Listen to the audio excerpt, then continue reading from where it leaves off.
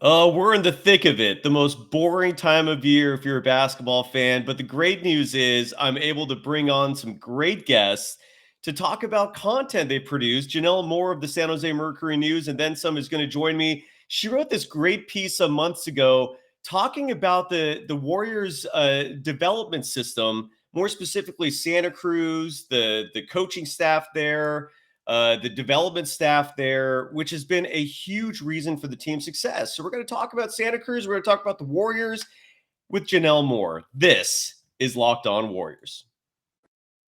You are Locked On Warriors, your daily Golden State Warriors podcast. Part of the Locked On Podcast Network, your team every day.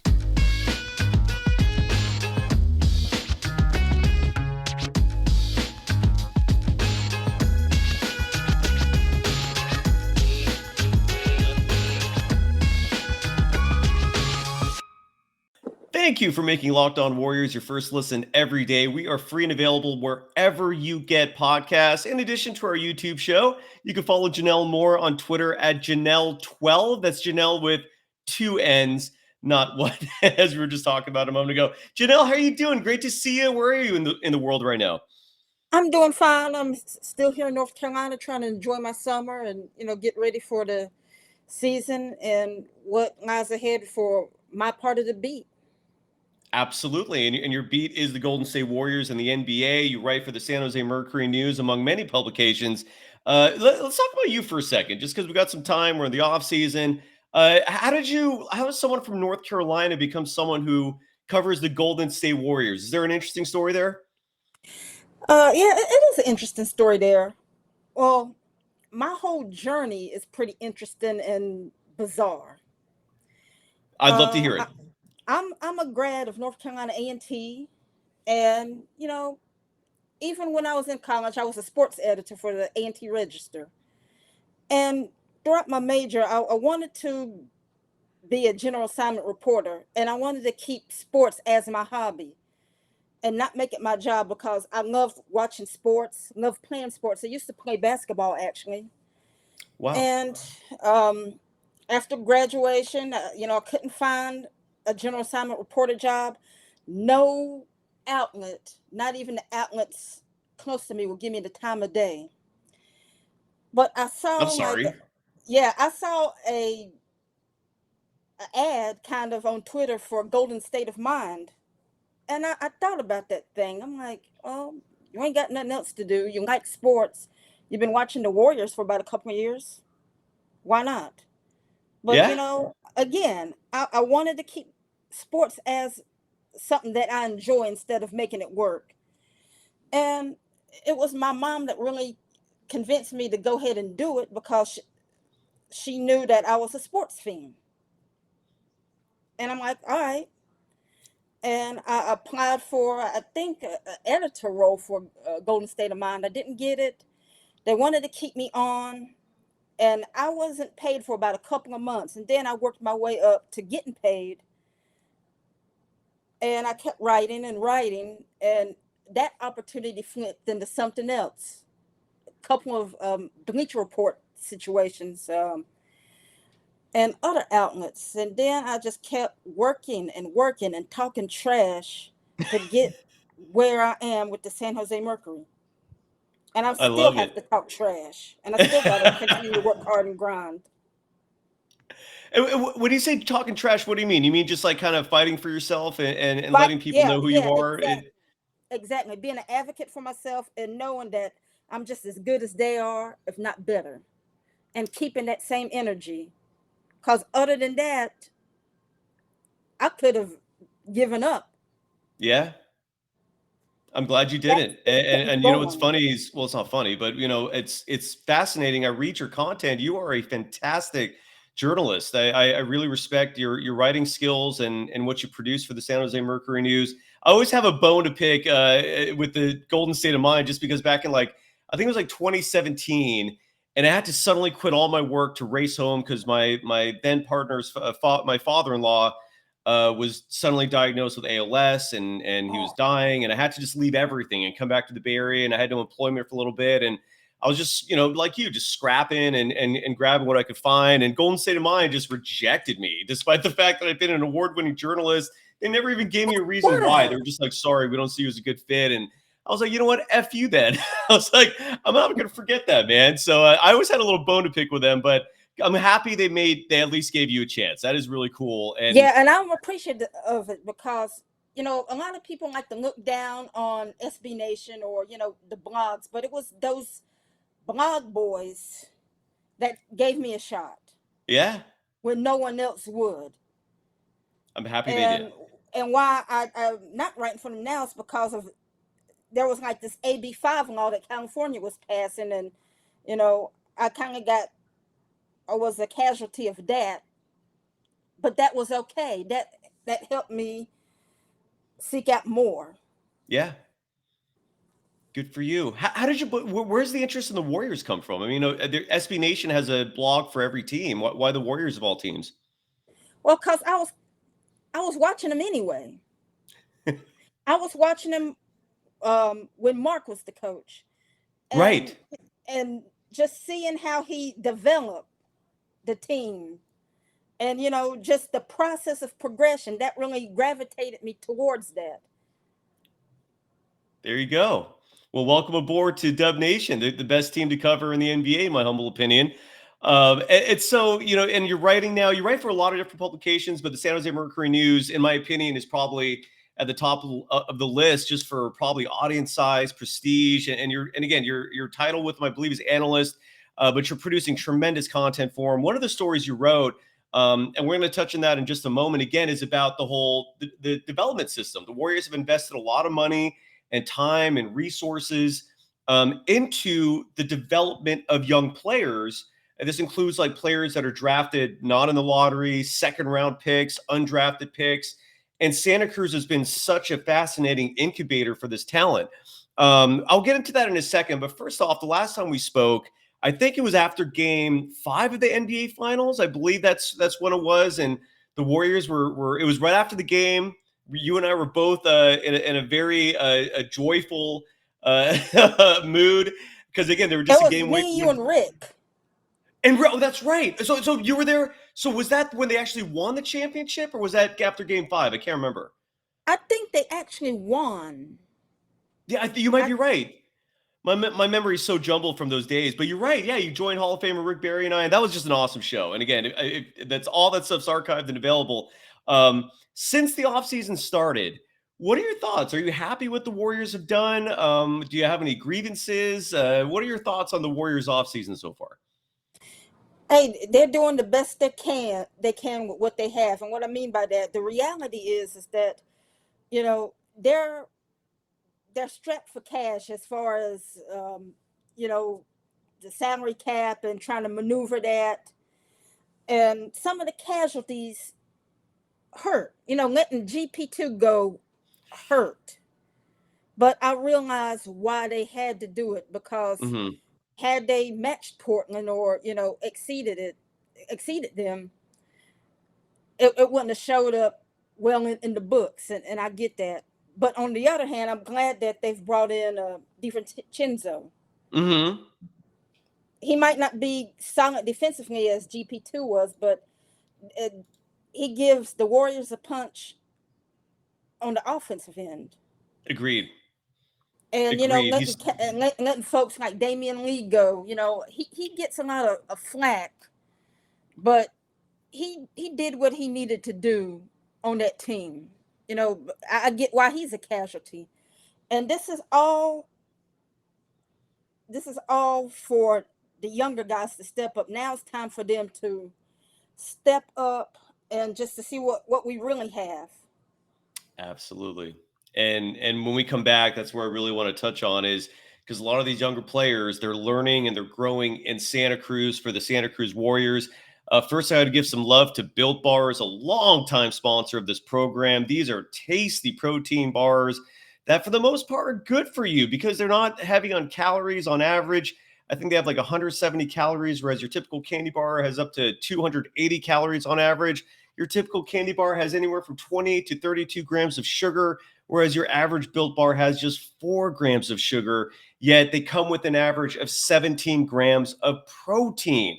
And if you get the late night munchies, this is a great way just to curb that because the protein makes you feel full. And the protein is collagen protein, which your body absorbs more efficiently.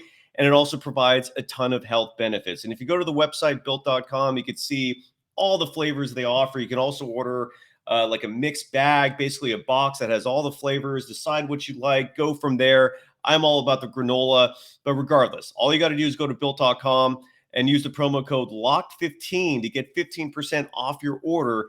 Again, the promo code is LOCKED15 for 15% off at built.com. You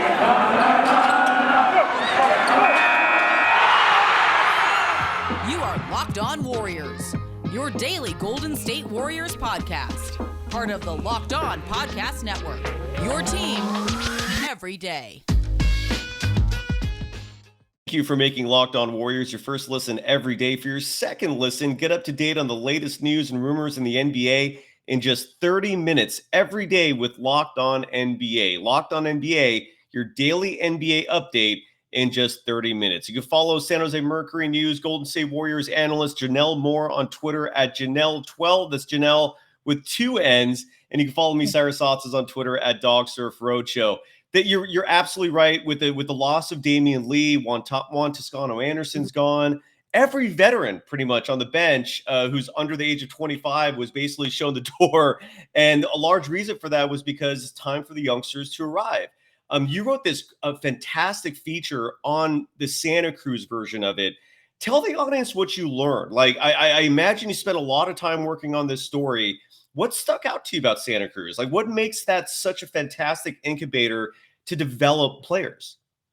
Their cohesiveness, the fact that the place that they run is similar to the place that they run in Golden State, and how, a player might be on the Warriors and might not get it. They go down to Santa Cruz and playing like a few games, and then they come back and they get it. Absolutely. I've heard a lot of people say this, and I don't know if you learned this in your research as well, that not every G League team does this, but the coaching staff in Santa Cruz runs the same offensive and defensive system as Steve Kerr does with Golden State. Is that correct? Yes. And how do you think that helps? I mean, it might seem obvious, but is there anything like any nuances, anything you picked up in your research that kind of maybe expands on that a little bit? Like does Kerr talk to them a lot? How do they integrate similar systems offensively and defensively? Do you know? From what I've learned writing the story, the parent team is always involved. They make time for Santa Cruz.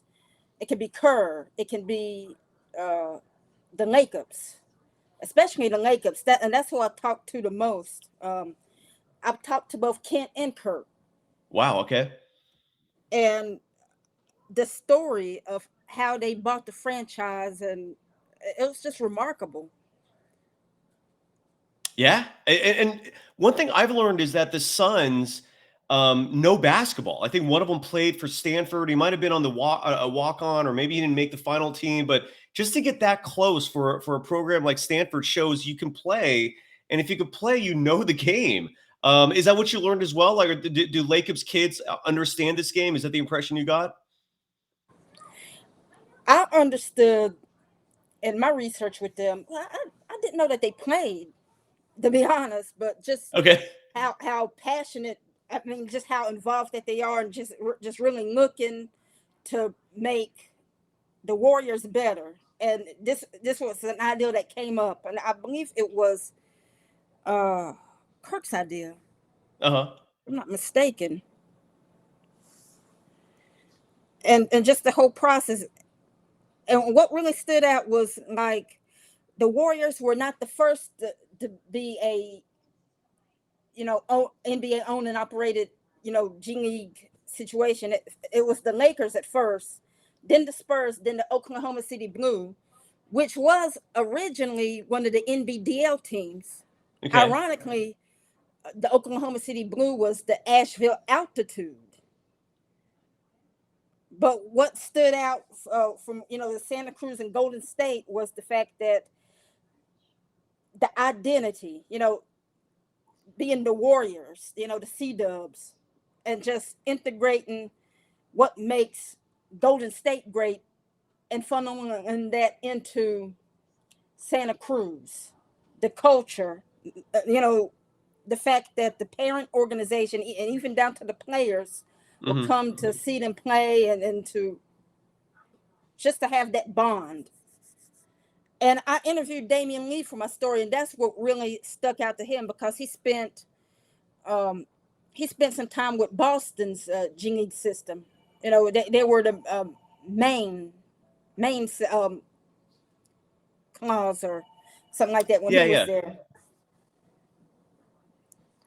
And what stuck out to him? What stuck out to Damian Lee in terms of the differences? What, as far as strategically, or how they run their systems, or anything else? What Damian mentioned to me was just the culture. That's what stuck out to him. He didn't go into specifics about how Boston coach or anything like that. He gave his respects as it being a good organization in terms of that, but what really got to him was the fact that how tight the Warriors and the G League affiliate is. Absolutely. Juan Toscano Anderson got into more or less what he learned, and when he went down to Santa Cruz, it was just him understanding his role more into the ecosystem of the Golden State Warriors. And when he came back, he got it. Yeah. And the story was originally about Jordan Poole's ascension and how Santa Cruz was really the catalyst of it. But my editor, Bud Garrissey, thought it would be better to talk about it as a collective. Yeah. Your story came out so good. And if you just search, again, I think the link is on your Twitter account. You can follow Janelle on Twitter at Janelle12 with an extra N in there. Yeah. I mean, when you look at all the success stories from Santa Cruz, I think it's safe to say that Jordan Poole is probably the biggest one, right? In your opinion, like what went into his time there that led to him coming back and becoming a player that has the potential to be an all-star? I mean, he's a world champion. He might get a max deal a year from now. What do you think he took from that experience? Was it the coaching? You mentioned culture. Was it all the above? Please expand. I believe it was the coach. I believe it was the coaching. I think he said, like on Point Forward, Andre's podcast, that he wasn't really feeling going down to the G League, and he thought that he didn't need it, but he was humble enough to realize that this is an opportunity to get better, so I'm going to take it. And what he took from that, I believe, was decision making. I think it was Chris Weems that had him like making decisions in 0.5 seconds or less. Okay. Instead of just dribbling the air out the ball and this, that, and the third. And that's what really made him get it. Oh, he got it. He got it all right. He got it, and he's going to keep getting it because he has the work ethic to improve. Absolutely. You nailed it right there. The work ethic for Jordan Poole, to me, is always what impresses me the most. You cannot accuse him of not putting in maximum effort. I mean, it's admirable. You've heard Steph and Clay commend him for it. And in this last season, we saw Moses Moody go back and forth. We saw Kuminga go back and forth. James Wiseman, I think, is the player that is going to be the biggest mystery in terms of what to expect. I don't think anyone has any idea. In your opinion, like, did you learn anything about Wiseman? And you personally, in your opinion, what do you expect from Wiseman this year? I did ask Santa Cruz's coach, Steph Cooper, about Wiseman, and during the time I was doing the story, Wiseman was working out a little bit. He had some scrimmages, and Cooper said that he looked fine. And as far as my expectations for Wiseman, I'm looking at him to have a simplified, stripped down role, so he could really get it. this is a guy that hasn't played regularly since 2019. Mm-hmm. And that is no fault of his own. I mean, NCAA and their crap. That's a whole nother show Right, altogether. right. That, COVID, um, meniscus tears. I mean, he's had it hard, and not to mention, we don't know. Developing bigs are hard, and it's harder more than ever now because the game is so fluid. We don't really know what the modern big looks like, the ideal Mm-hmm. modern big. You could say it's Jokic, you could say it's Joel, but is it definite? And Wiseman would have to probably try to figure that out too. Absolutely. I love the fact that Wiseman can shoot. He's gonna space the floor when he's out there. He's a big boy. Hmm. Did his size? I have not been super up close with him yet. Did his size impress you? I mean, he looks huge on TV. In person, is it similar? From what I've seen of him in January, I didn't see him much. I just seen him on a bike, and yes, Gotcha. he's every bit his size. He's a Every big. bit.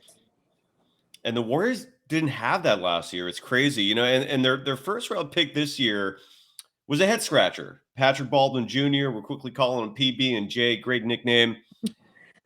He's probably going to see a lot of time with Santa Cruz this year. Your thoughts on Patrick Baldwin Jr.?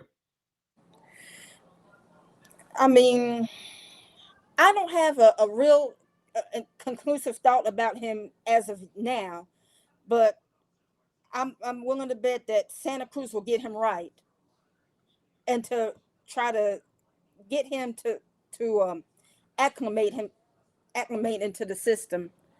Because it's funny, like when you get out of college and you drafted and whatnot, you could be one way in college and have to adapt and adjust to survive in the NBA. So I'm looking to see what that looks like for him. When the Warriors made that pick, did that surprise you? Like, who did you expect with the 28th pick? It didn't surprise me at all. And with picks like in the 28th, 29th, or whatever the case may be, you know, you really don't. I really don't think much of them. I mean, yes, that sounds shallow, but you know, there's there's some times where you luck out. Is you just have to just watch them Mm-hmm. and then make His your judgments from there. That's fair. But Yeah, when his they were, shoot. Sorry, go ahead. but you can't really judge off of a pick like that. Did his shooting form looks incredible. I understand it was clearly like a high risk, high reward type of pick Hmm. where it was a gamble. It was clearly a gamble. I don't think we're going to see a lot of heavy minutes for him playing for Golden State. I could see him playing a lot of minutes for Santa Cruz. And we'll see, right? 6'9", 6'10". If he can really shoot as good as they're hoping for, that could be a steal. But right now it's a project. A player that the Warriors, I don't think, see as a project, though, that they picked up in the second round. We talked about him a little bit on the last show, Ryan Rollins. They've spent $2 million to move up 7 places in the second round to draft him. Every indication seems to be like they view him as an NBA ready player. Do you have any thoughts on Ryan Rollins entering the season? And do you think he's going to be a player that spends time in Santa Cruz, or do you think they view him as a NBA ready player playing in San Francisco? I expect him to also be part of Santa Cruz because the Warrior system, especially offensively, is hard Yeah. to learn. I mean, you got to know what screens to deploy, when to screen, a lot of cutting. You have to really pay attention to where Steph moves. I mean, it's a lot. So I don't Hmm. really expect him to get it right away. And being in Santa Cruz will probably be the best bet. Absolutely right, man. And Santa Cruz could have some interesting talent. Mac McClung could end up playing there. Uh huh. The kid from Purdue, I forgot his name. He looked good from the brief clips I saw. He might be playing there as a backup center. And then is there who on the Santa Cruz roster from last year? I forgot the name. I always forget his name because it's not easy. They're one big that plays center. He was injured for part of the year. But overall, like when you look at the Santa Cruz Warriors roster, is there anyone on that team that sticks out to you that you think has potential to someday be a major contributor for Golden State? You mean other than the two ways? Correct. That big that you mentioned, I can't even think of his name right now. It's like Salam or Salima. I can find it real quick, but yeah, because the Warriors, he will probably be in the NBA some kind of way. Some other team might pick him up. I can't think. Is there anyone else like Jacob Evans III, for example, another former number 28 pick?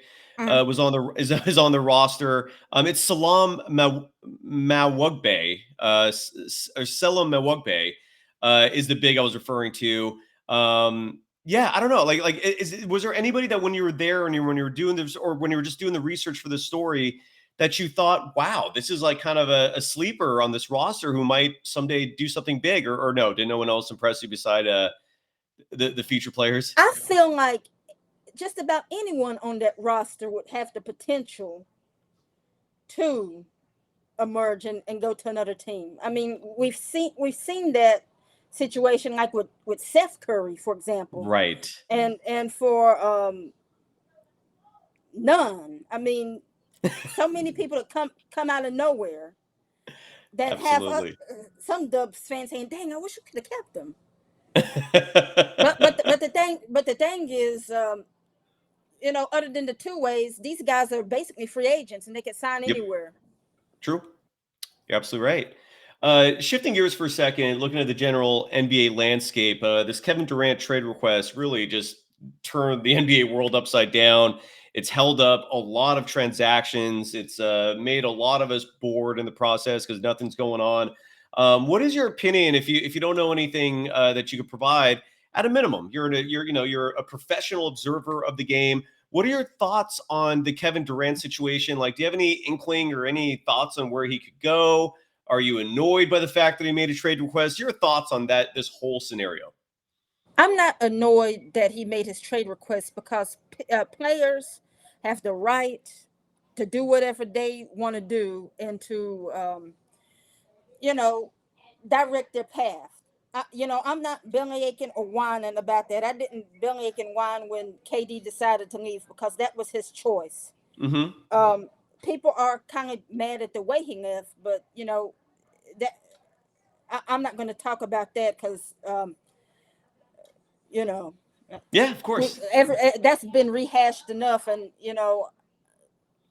but right now in the present, the Nets are in a bind.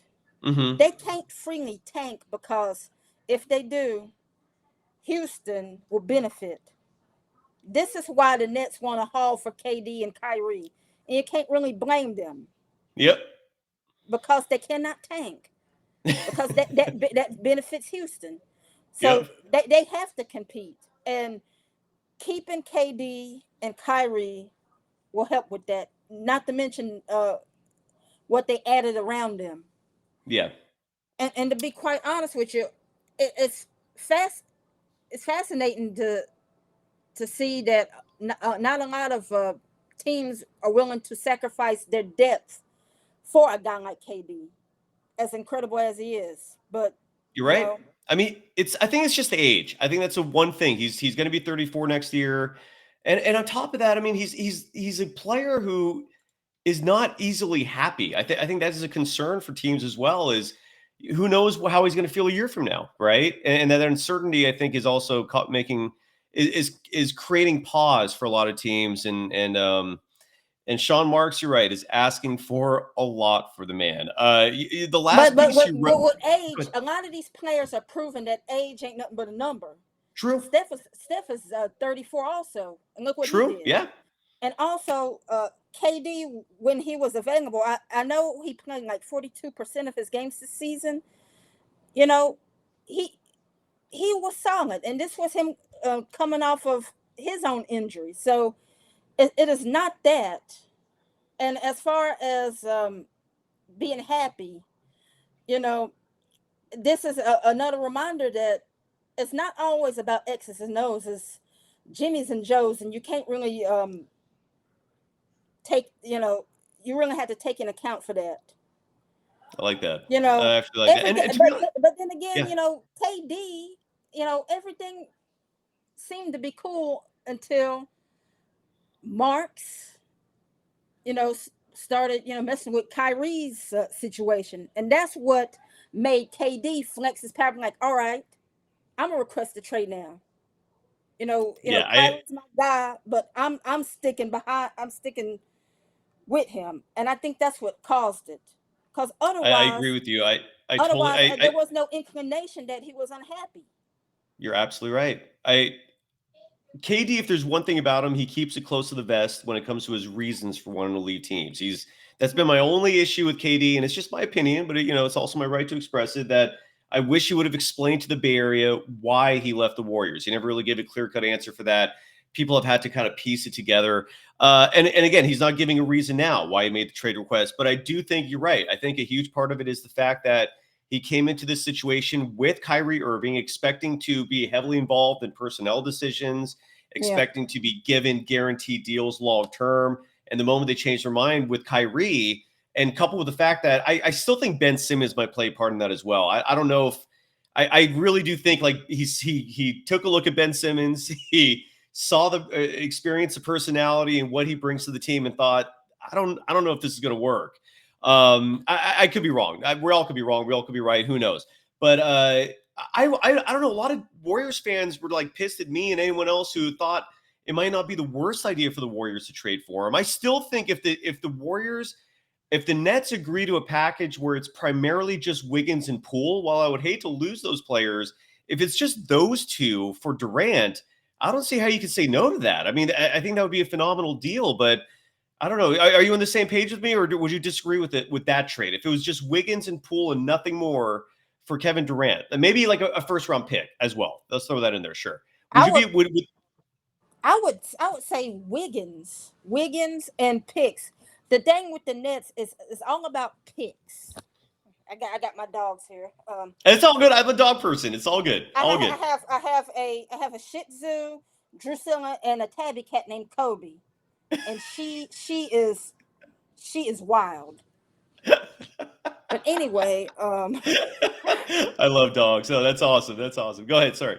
anyway, dang, what was I about to say? About Durant and just the trade, Yeah, Wiggins. yeah. See, Brooklyn's thing is that they want picks to rebuild because they gave away all of their picks to Houston when they traded for Harden. Yep. That's why they're in the bind. That's why they can't freely tank. If they could freely tank, I think they would let go of KD or Kyrie. Absolutely. Yeah. The most recent piece you wrote, we're finishing up here with Jannelle Moore, an analyst for the San Jose Mercury News, among many publications. You can follow her on Twitter at Janelle12 with an extra N in there for Janelle. The most recent piece you wrote for the San Jose Mercury News was the dishonest criticism of Stephen Curry's playoff resume, how his finals MVP award shut up a lot of doubters. I'm totally with you. It was so disingenuous to criticize him in the first place, and it's a shame that that he apparently needed to win a finals MVP to shut up a lot of critics, but he did. What do you anything you're working on next? What can people expect for your next story for the San Jose Mercury News, or for anything else for that matter? Well, before media day and all that rolls around, I think I'll be doing some football pieces for Carolina Blitz. Okay. But as far as the San Jose Mercury goes, I want to really focus on Wiseman.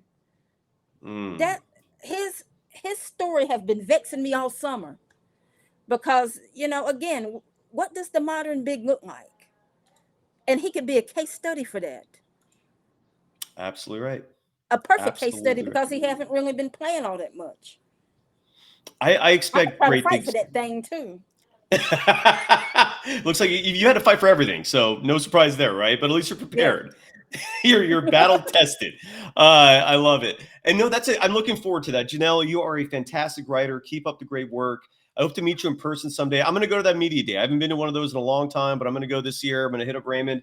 And I'm looking forward. I have never been to one. I would love to. I would love to go back to the Bay. I had a awesome experience in January. I'm You should. I'm see. It's a weird experience for people that are unfamiliar with media day. It's mostly just the players doing a lot of photo ops, obviously a lot of interviews. I used to work in radio, and so I'd have all these scripts that I'd write for the players, and then they'd read it, right? And then I'd use that audio for all sorts of production for the radio station. It's bizarre. It's a lot of media people checking each other out. The players are just in uniform when they're not playing. It's fun, but it also feels like work. I don't know how else to describe it, but if you make it, I would be excited to meet you in person, Janelle. That would be awesome. You're doing phenomenal work for the San Jose Mercury News. Anything you'd like to promote before we wrap things up? No, I don't have anything to promote. All I could say is that for the rest of this offseason, I'm down to chat anywhere where Dubs basketball is being discussed. I'm just here trying to enjoy the summer, and for me, trying to get better as an analyst. I really want to make my part of this beat pop. Love it. I love it. I'm a firm believer that all of us as human beings can continually get better. So I respect the ambition there, and there's the self-awareness that none of us are perfect. We're far from it. We could always self-improve. So best of luck with that. I'm excited to read all of your stuff. Let's have you back on the show soon if that sounds good to you. And I'm always down for that. Absolutely. Awesome. So yeah, we'll make that again. We'll make that happen again soon. And for the people watching or listening today, just a friendly reminder, we're officially in the summer schedule now. We're in August, so don't expect shows every day. We'll do 2 or 3 of these a week. Again, until things start ramping up again in about a month and a half, 2 months with training camp and so forth. Janelle, always a pleasure. You can follow Jannelle Moore on Twitter at Janelle12. An extra N in there is Jannelle. And the number 12. What's the number 12 for, by the way? Just out of curiosity. One of my jersey numbers, and one of my favorite TV stations in Winston-Salem, WXII. There you go. Their number is 12, and one of my jersey numbers was 12 also. I love it. I always have an affinity with my jersey numbers as well. I consider those like good luck numbers. I don't know why, but I do. My best number not necessarily was 12. It was 33. Oh, okay. There you go. 3 is a beautiful number.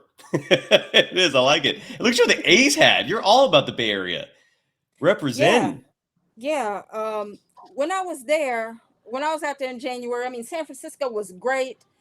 The 4 seasons in one day kind of took me aback. But when I went to Oakland, I loved Jack London Square, and just that whole vibe. I actually went to Aisha's store, and that was a vibe.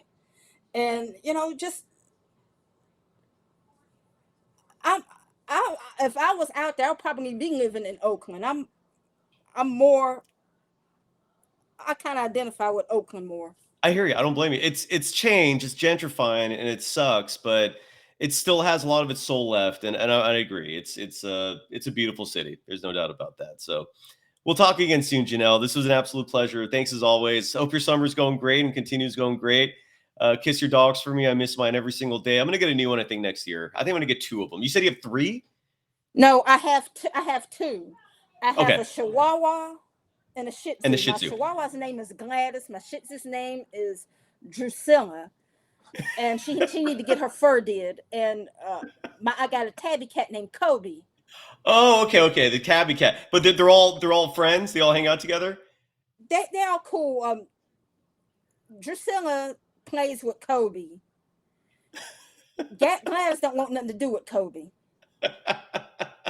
I love it. I'm an animal lover, so good stuff. All right, Janelle. And again, you can follow Jannelle Moore on Twitter at Janelle12 with an extra N in there. You can follow me, Cyrus Saatsaz, on Twitter at DogSurfRoadshow, and this program on Twitter at Locked On Dubs. Tomorrow's show is going to be a crossover with the Locked On Lakers, folks. That'll be an interesting ride. We'll talk about Juan Toscano-Anderson and the franchise that is going to go nowhere. While the Warriors, the defending world champion Warriors, aim for a repeat. Thank you, Janelle. Thank you, everyone. Later. All righty.